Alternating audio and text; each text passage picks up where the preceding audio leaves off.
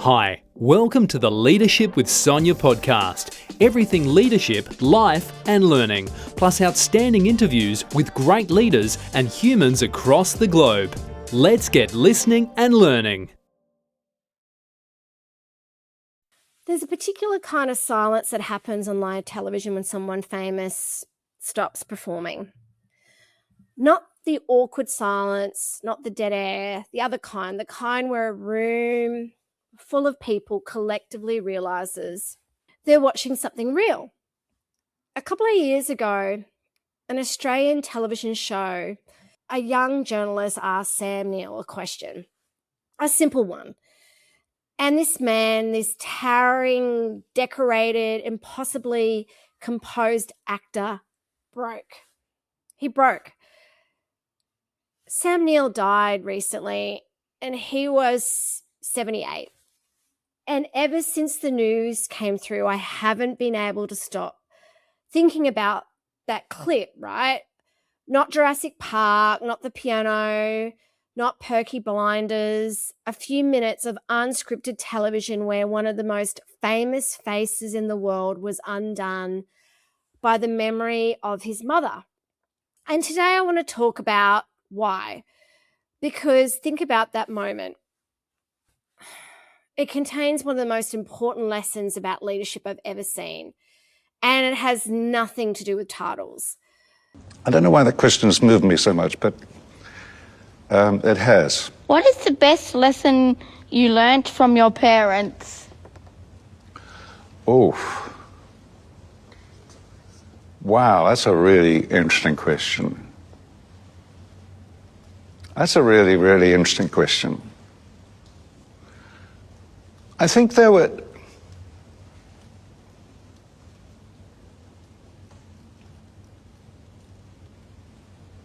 I don't know why that question has moved me so much, but it has. My parents were of the generation that went through a lot of things. They went through the Depression. My mother lost her father in the First War, so she grew up without her father. Yeah, so they went through a lot of stuff. But they were very stoic people. And I'd had a year at university where I'd done bugger all. I was acting in plays and trying to find a girlfriend and things like that. So it came to exam time, and I realized I'd done almost no work. It got me very anxious.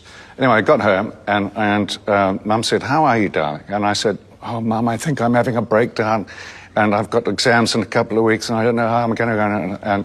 And she just looked at me and she said, "Well, you're just going to have to pull yourself together, aren't you?" And I think that was the best lesson I learned from her, is sometimes you just have to pull yourself together. It's a tough lesson, but it's a good one. But thanks for that question. That was a really You're interesting welcome. one. So welcome back. If you're new here, hello, pull up a chair. This one's a bit different.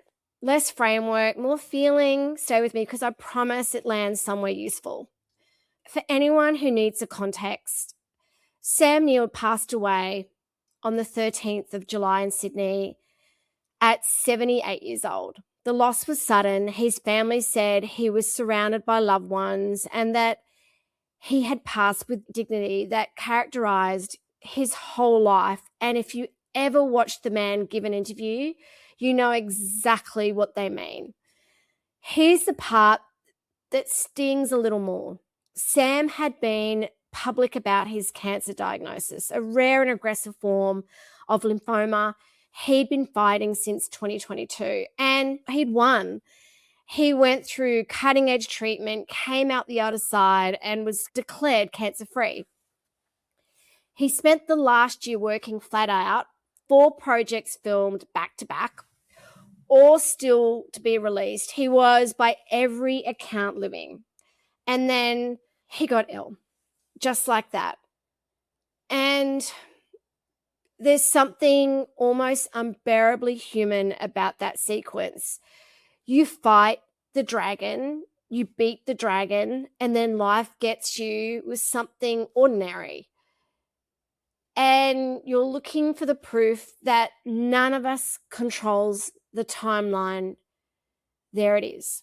Not the CV. You know the CV. Dr. Alan Grant in the Jurassic Park, the reluctant hero in the hat, the man who made a generation of kids wanting to dig up dinosaurs, the piano, Peaky Blinders, the hunt for the wilder people, 50 years of work spanning art, house cinema, and the biggest blockbusters ever made.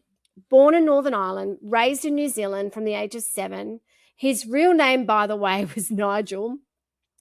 He started going by Sam at school because his words, more or less, there were too many Nigels, which might be the most quietly Sam Neill decision ever made.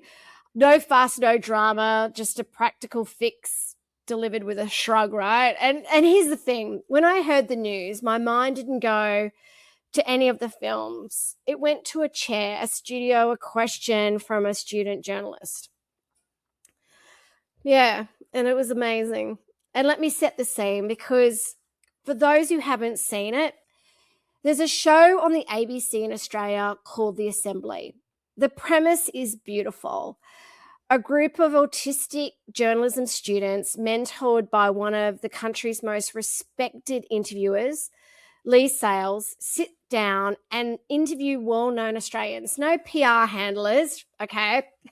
Softening things, no pre-cleared question list, doing the usual dance. The students just ask what they actually want to know. And what happened almost immediately is that the show produced some of the most honest celebrity interviews ever broadcast, because it turns out when you remove the performance from the questions, you remove the performance from the answers. Sam Neill was the very first guest, episode 1, season 1, which tells you something about the man, by the way, because a lot of stars of his stature would have waited to see how the format played before risking it, but he went first. At one point in that interview, the conversation turned to his family, his mother, and to the fact that she lost her own father in the First World War, a grief that entered the family before Sam was even born and never really left. And Sam Neill, Dr. Alan Grant, the man who stared down a T-Rex, broke, right? He broke. No stage tears, not the polished, camera-ready emotion actors can summon on demand. The real thing, the thing that arrives uninvited. 70 plus years of accumulated family memory surfacing on national television because a young person asked a sincere question and they actually waited for the answer. And I've watched a lot of interviews in my life, and I can count on one hand the number of moments like that. And here's what I keep coming back to. What undid him wasn't his own suffering. The man had cancer at the time. He talked about it, with a little smile. Undid him was inherited grief, what his mother carried, what his family carried. The weight that gets passed down a generation, then another, and quietly shaping everyone it touches. What brings me to this actual point of this episode. Here's the sentence I wrote down after watching this clip. And it's the sentence I want you to take away today. No matter who you are or how impressive your title, your parents keep teaching you long after they're gone. They do. Think about that in the context of that studio. Sam Neill had every external mark of success a person can accumulate. Global fame, critical acclaim, a career most actors would trade for anything. And an actual night, for goodness sake, right? None of it mattered in that moment than what his family gave him and what his family carried, all right? The lessons don't stop when the person does, right? That's the thing nobody tells you when you're young. You think grief is an ending. It isn't. It's a change of format. The voice that moves from across the dinner table to inside your head. And you know that voice. You've got one too. That the voice that says be kind, the voice that says work hard, the one that says don't take yourself too seriously. And if any actor on the earth embodied that particular lesson, it was Sam Neill, a man who spent his later years posting videos of himself singing to his ducks on a farm in New Zealand while fighting cancer, and somehow made it the most dignified thing you have ever seen. I loved them. The voice that says, do the right thing even when no one is watching. That voice, that's them, your parents, your grandparents, the people who raised you, whoever they were, still transmitting, still shaping how you show up in rooms they'll never see, in decisions they'll never know about, in jobs they didn't even know existed when they were alive. So I'll be honest with you. This is personal for me. As many of you know, my mum passed from cancer nearly 2 years ago. Anyway, and I'm always talking to her. I'm always listening to what guidance or what she might say. Hey, Sonia, do this. And I bet you money that if you're listening to this, there is a voice and a lesson that's just surfaced for you too. So hold on to that, okay, because we're coming back to that. So let's take this into the territory, because this is where I really want to make a difference, because I don't think this is just a nice sentiment for a hard week. It's a working theory of leadership. Here's the uncomfortable question. If the most decorated people among us are still at their core operating on the values their parents instilled decades ago, what does that tell us about where leadership actually comes from? It tells us it was never about the title. We spend so much of our careers chasing external stuff. The promotion, the role, the word head of or chief or director in front of our names. And I'm not going to pretend that those things don't matter. They matter for influence and for compensation and, for scope of what we can change. Absolutely. But they are not the source. They're not the amplifier. The signal being amplified that was being instilled a long time ago, mostly by people who never read a leadership book in their lives. Leadership is the values you carry and pass on. It's an attitude. It's what leaks out of you when you're tired, when you're under pressure, when the quarter's going badly, and someone on your team makes an expensive mistake. In those moments, no one is following your title. They're following whatever your character does next. And your character, let's be honest about this, it's about supply chain. It was largely manufactured at a kitchen table 30, 40, 50 years ago. And here's the flip side, right? And this is where it gets real for anyone leading a team, raising kids, mentoring anyone at all. You're currently the voice in someone's future head.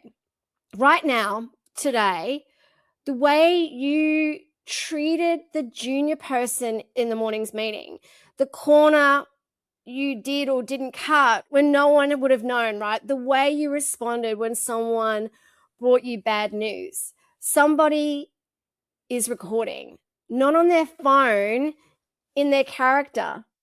And in 20 years, in a job that doesn't exist yet, under pressure you can't imagine, they will hear you. That's the actual org chart. No one, not the one in the HR system, the invisible one running down through generations made entirely of borrowed voices. So, Sam Neill's mother carried his father's absence for a lifetime and passed away, and I'll wager the resilience to her son. Her son carried it onto a television set at nearly 80 years old, where it moved a nation. That's transmission. That's legacy. That's the whole game. So, yeah, that is. I never like to leave you with just feelings. So here's the practical bit, because this is my MO. 3 things. None of them require a budget. Okay, I promise. Number 1, write down the lesson. The one that surfaced earlier when I asked, actually write it. Write it down, the lesson, who taught it, and the moment they taught it. Not for a post, not for anyone else, because unexamined values run you. Examined values are the ones that you can actually lead with. You can't deliberately pass on what you've never named, right? And number 2 is, if they're still there, tell them. This is the people that you really need to tell them. Sam Neill's death was sudden, unexpected, and he'd beaten the thing everyone was worried about. And there's a person who instilled something good in you, and if there is instilled something good in you and they're still around to hear it, can you please make that call? It'll be an awkward for 90 seconds, but then it'll be one of the best conversations of both your lives. Please tell them. Number 3, audit your transmission. For 1 week, at the end of each day, ask yourself this simple question. If someone on my team absorbed exactly what I modeled today, the tone, the shortcuts, the way I handled the hard moment, would I be proud of what I've passed on? Not what you said in the all hands, what you model. That's the curriculum. You're teaching it whether you mean to or not. Okay, just those 3 things. They will change your world, I promise. So Sam Neill made a career of playing men who were competent, weary, quietly decent. And by every account, that wasn't much of a stretch. He loathed a fuss. His family honouring that. It's a private memorial on his farm among his vines and his ducks. And a date they're keeping to themselves. It's no spectacle, exactly how he would have wanted it. But before he went, right, on a television show built on honest questions, he gave us one last performance that wasn't a performance at all. He showed us that a great man is first and last. Like, what is it about being a great man? Somebody's son, right? And that's the takeaway, isn't it? Strip away the title, the fame, the 50-year CV, and what remains is what was given to you and what you give away. The lessons don't stop.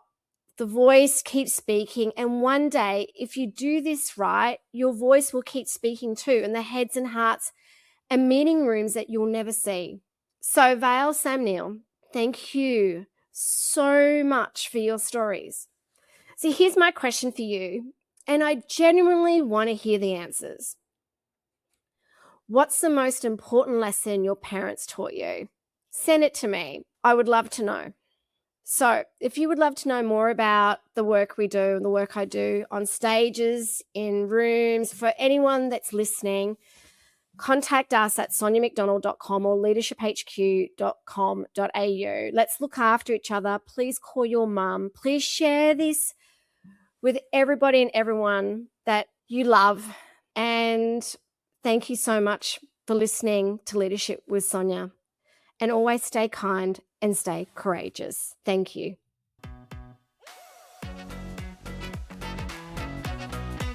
Thanks so much for listening to the podcast Leadership with Sonia. Find out more about Sonia, her work, and more podcasts at soniamcdonald.com.au and reach out to her and her fabulous team to learn more.